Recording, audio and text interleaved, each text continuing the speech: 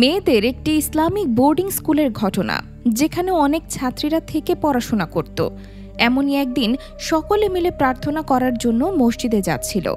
এদের মাঝে হারলিনা নামের একটা মেয়ে ছিল, যার এখানে আসার বেশি দিন হয়নি। তো এই ইসলামিক বোর্ডিং স্কুলেই মেয়েদের সাথে ঘটতে থাকে রহস্যময় সব ভৌতিক ঘটনা, যার কেন্দ্রে এই নতুন মেয়ে হারলিনা।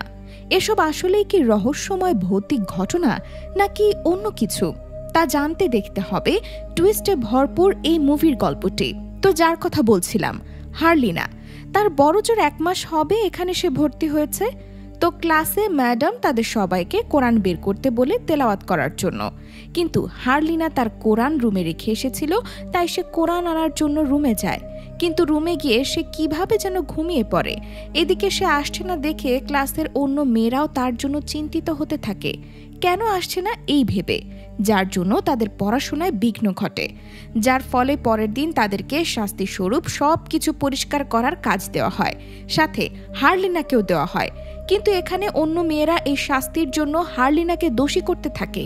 এদিকে হারলিনা তার সবচেয়ে কাছের বন্ধু রানুর সাথে বসে কাজ করছিল। তখন সেখানে রাবিয়াতুল, সিতি, ডাল্লি নামের মেয়েরা আসে আর হারলিনাকে অনেক কথা শোনায়, কারণ তার জন্য এই শাস্তি তাদের পেতে হচ্ছে। যা হোক, পরের দৃশ্যে আমরা দেখি হারলিনার মা তার সাথে দেখা করতে এসেছে স্কুলে।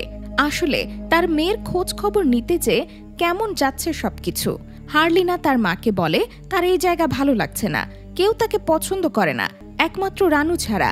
হারলিনার মা বলে এখন তো সবে নতুন, আস্তে আস্তে অ্যাডজাস্ট হয়ে যাবে, যদি না হয় তাহলে সে তার বাবাকে বিষয়টি জানাবে।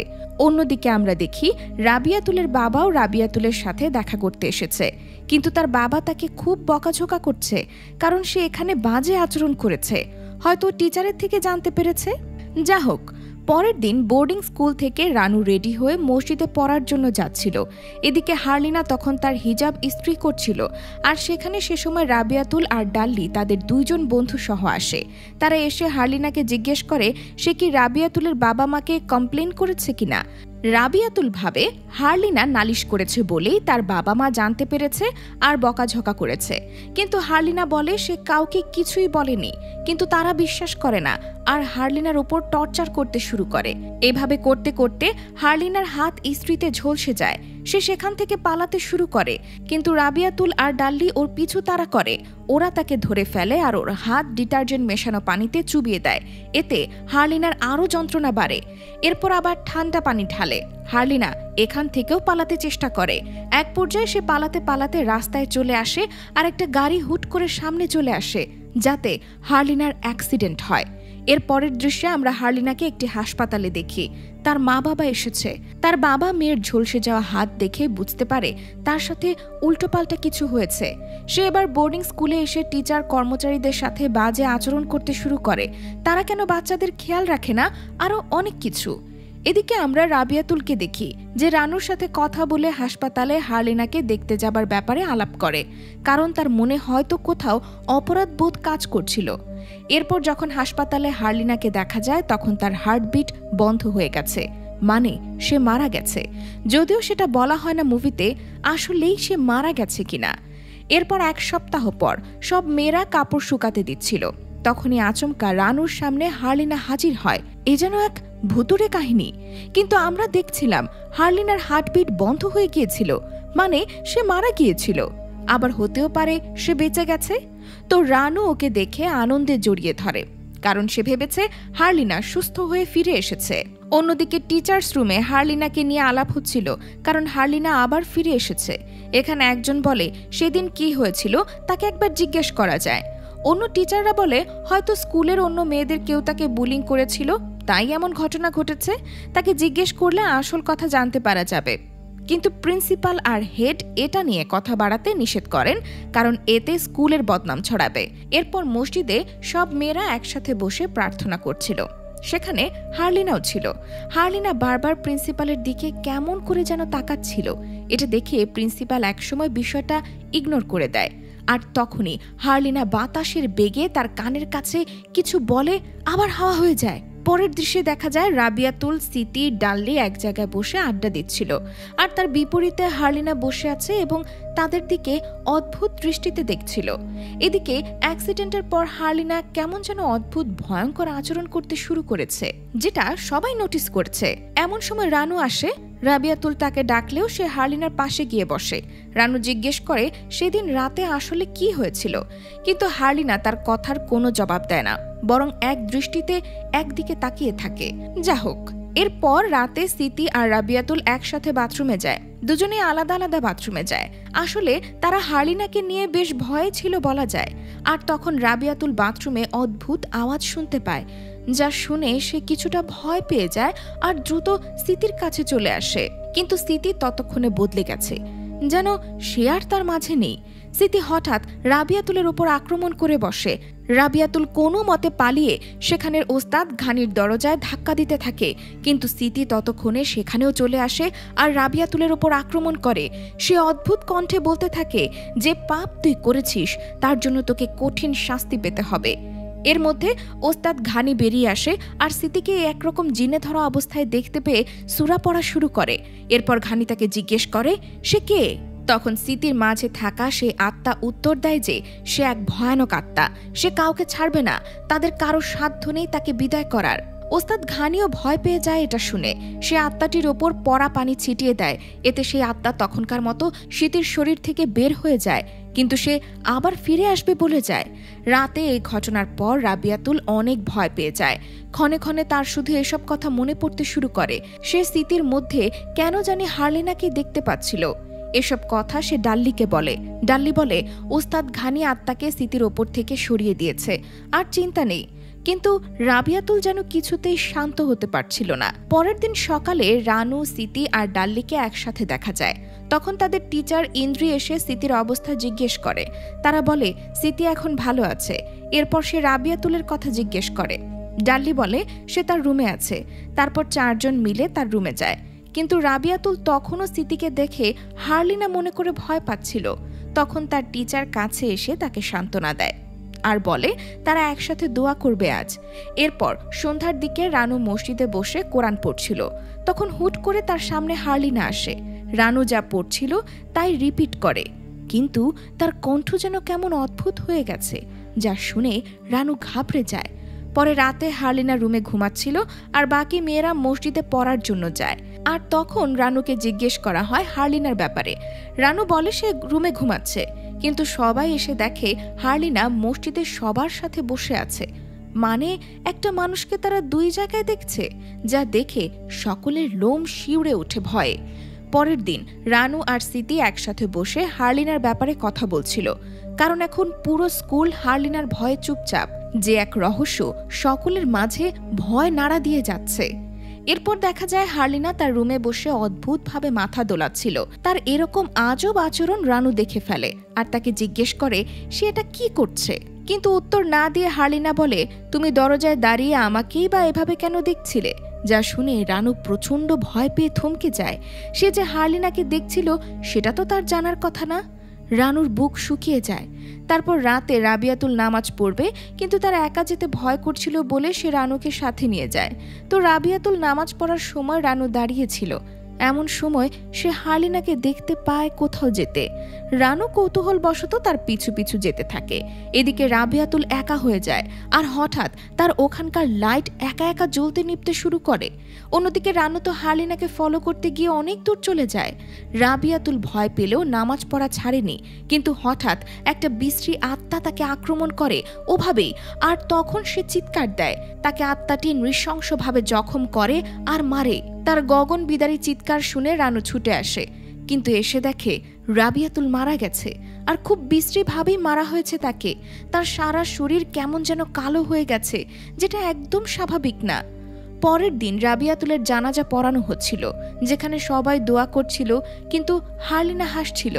এরপর দেখা যায় হার্লিনা রানুর সাথে দেখা করে।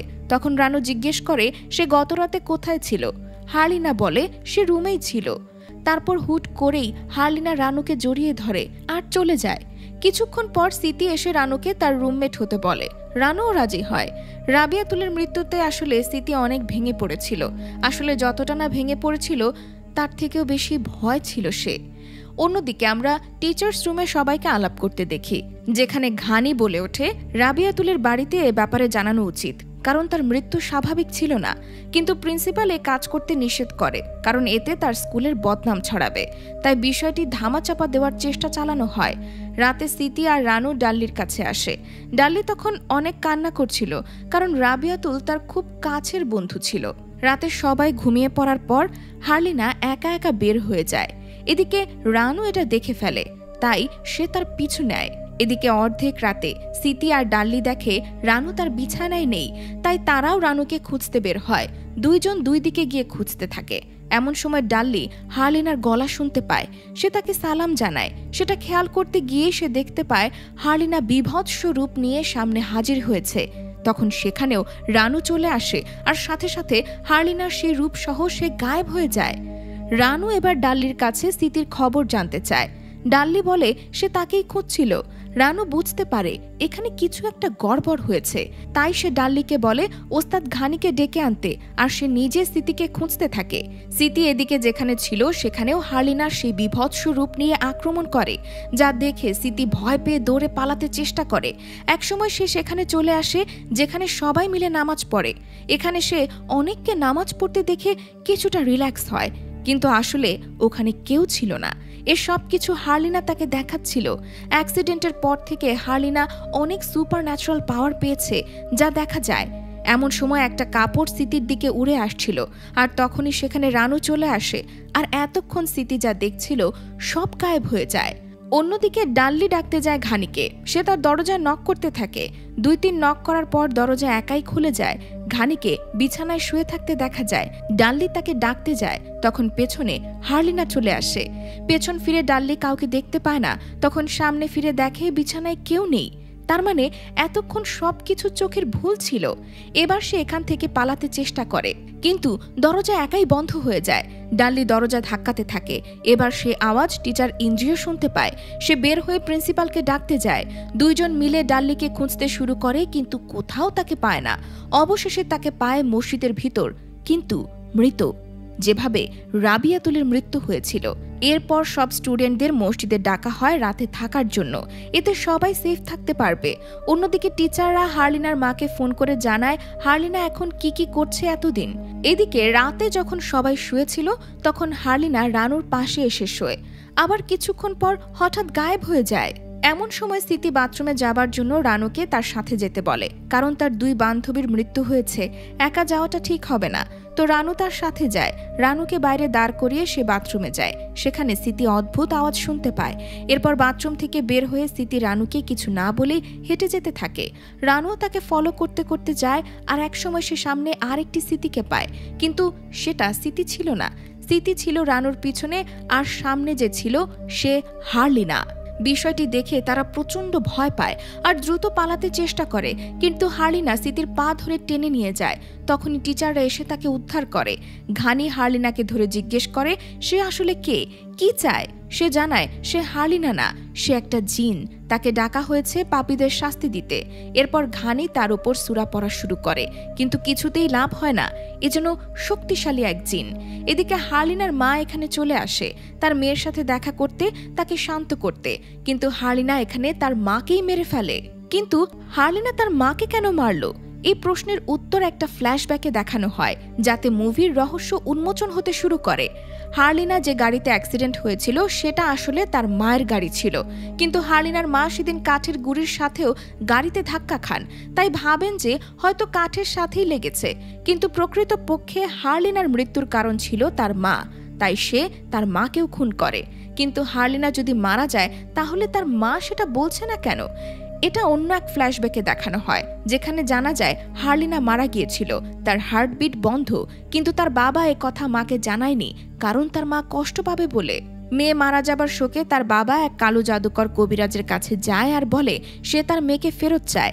কবিরাজ জানায় একটা নিষিদ্ধ ব্ল্যাক ম্যাজিক আছে, এটা করলে তার মেয়ে ফিরে আসবে, কিন্তু সে আগের মতো থাকবে না, কারণ সে তখন জিন দ্বারা পরিচালিত হবে।